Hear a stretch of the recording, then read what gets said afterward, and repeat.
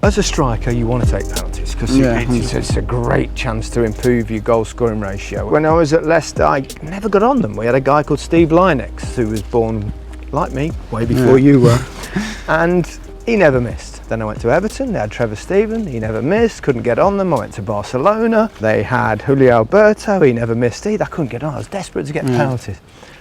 Took them for England, but didn't get one until 1990, so that was near the end of my career. Eventually got on them at Tottenham, and then I stayed on them. You've got this interesting thing here, obviously, with Paul Pogba. You both take penalties. You're young, so you've only just started taking them. You took that one with under enormous pressure at Paris Saint-Germain last year, which was great. Then you took an emphatic penalty early in the season, and then suddenly Paul Pogba's taken one.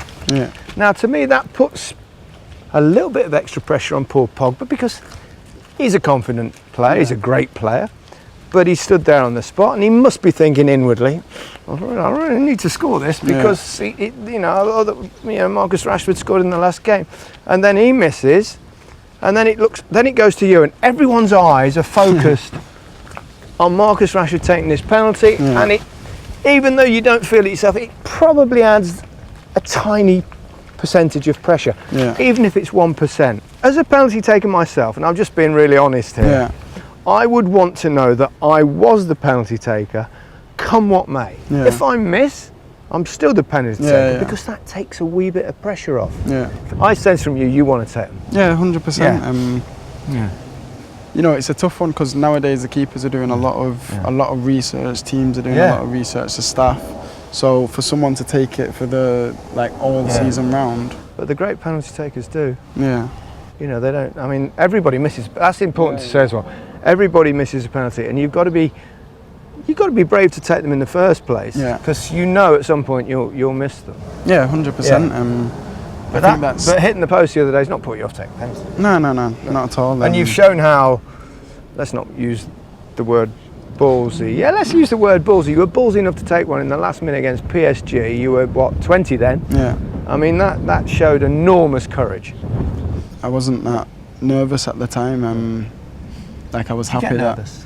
No, I remember getting nervous in my Victory Shield game for England. And the feeling I had in that game was disgusting. So I remember speaking to my brother after, and we just agreed that if I ever felt like that, I'd speak to him, and it's not easy just to say I'm not going to be nervous again. No, it's tough. Work like that. Honestly, I couldn't control the ball in that Victory Shield game. I remember coming on and I felt like I couldn't run. Like wobbly legs.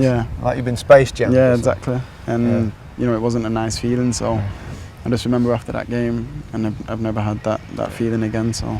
What aspect of your game would you like to improve most? I think heading ability is a big one, because for me you can get an extra 10 goals a year from that. I think there's a lot of things that have come on, like I'd say movement in the box, just whereabouts of where the goal is. I think more natural finishes are important for forwards, so instinctive ones where you just turn and... If you want 20 minutes, I'm happy to give you 20 minutes. Of course. I think I could up your ratio quite substantially from what I've watched, We can do that. But not on camera. I don't want to give any secrets away. Definitely. Do you think you've grown up a little bit this season, matured? Yeah, I think... In terms you've been brave enough, you've spoken out about racism, you've followed along, like Raheem Sterling has, we've seen Danny Rose do it. It's important that you do things like that. I think for me it's, obviously you don't know how strong people are to deal with the situation, but the support's there if they need it. So for me it's just about letting the people know that, they're not alone, so never feel alone, and if people have that, then they'll be fine. I think it's... How did it make you feel when you got racially abused? For me, I was a bit shocked. You were? Yeah, a little bit. But at the same time, it didn't really affect me because of not only the examples that have happened recently, but it's happened in the past. So it wasn't that much of a stab in the heart, but definitely disappointed. It's obviously the club that I've grown up and wanted to play for all of my life. So for it to happen, and for it to happen here is obviously disappointing. But you know, at the end of the day, it is what it is, and we all stand together, and you know, we move on. It doesn't shape anything in the future. What people say. In some ways, football gets it more than anything else, doesn't it? The racist abuse, which is a kind of strange thing. But if ever there's an example of how multicultures, different ethnicities, exactly, different colours mixed together, it's within a dressing room of a football club, where racism, from my experience, it's not there, is it? No, not at all. I've never seen it, and at a big club like Man United, there's players from everywhere, all over the world, from the ages of probably 11. There's foreign players coming in, and you never come across it. So, like you said, football's probably the biggest multicultural sport.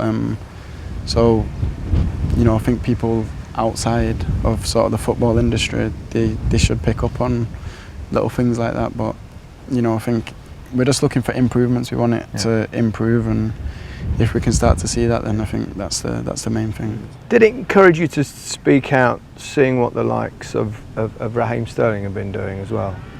Well, 100%. I think that's an example to somebody. He actually stood up on his own initially. Somebody standing up to people saying things about him that he doesn't agree with, and a lot of people don't agree with. So 100%, that's an example to all of us, and you know, if you spoke to him about it, he'd openly give you advice, and things like that shows his maturity. And I think the more people that stand up, the better. Make a difference. Yeah, that's what we're trying to do, make a difference. And out of everyone, we're the people that can try and do that. Big platforms. Yeah, exactly. You can perhaps, you know, even if you influence just a few young people, then it can change the future. So I think that's what we've got to. We have to stick at it and keep trying to do it. But you know, for me, that's it. We let it go over our heads, and you know, it'll just be a repeat. So the fact that people are standing up is positive. I think it's an important thing to do. Your targets, what are they this season, first and foremost? I think for me, this year it's about, you know, the end product. It's about goals and assists, and you want to improve your goal scoring ratio. Yeah, I mean, for a young man, it's certainly reasonable, but you want to get it right up there to you know, alongside the likes of Sterling and Kane and people like that. Do you think you can do that? I mean, they set the example, and for me, I believe if I get the opportunities, then you know, I can do it. So if you put the team first and you play well, then I feel that the numbers they come sort of hand in hand. Long-term ambitions?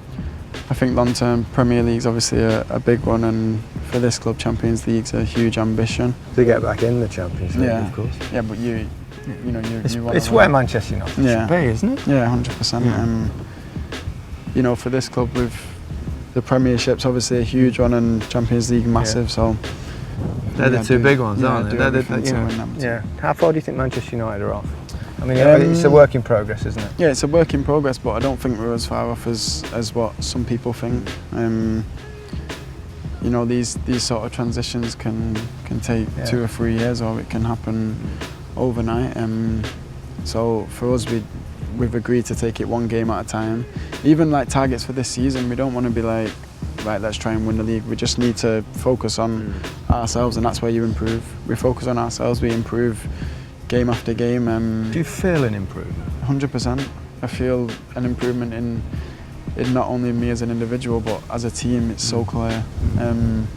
Obviously people don't see the way we respond to things until the next game, but for us, we get to see each other every day, and the atmosphere, the sort of the willingness to work and improve, and it's sort of like eagerness to just get better. And I think it's a massive quality that we have. You feel you've got a group of players now that are really together and driven, because it's not looked like that. It's looked a little bit fragmented in the last couple of seasons at times. I think it wasn't necessarily that. It was just we were really struggling to put the performances behind us. We was thinking too much in the past when we should have been looking ahead.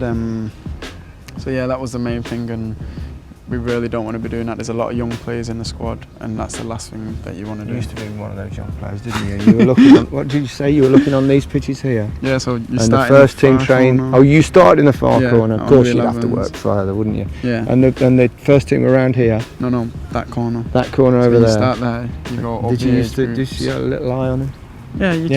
try and. You just think if one day I'll be part of that. Yeah, I remember the first time I went and trained with him.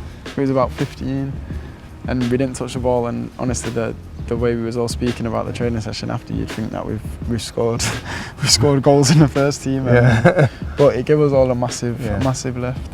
Could you see the difference back then? Yeah. It's like, whoa, They was just like different level. yeah, they were just in shape and playing the ball around, and the way they were passing the ball, when you see it up close, you know where you've got to get to. Yeah. And I'm sure when we went over and trained with them, after that it was in the players' minds. And Easy on these pitches. Hey Marcus, it's been great to meet you. Thank you very much. I've always been a fan. I love what you do, and just keep it going. You've got a big career ahead of you. Thank you. Cheers. No problem.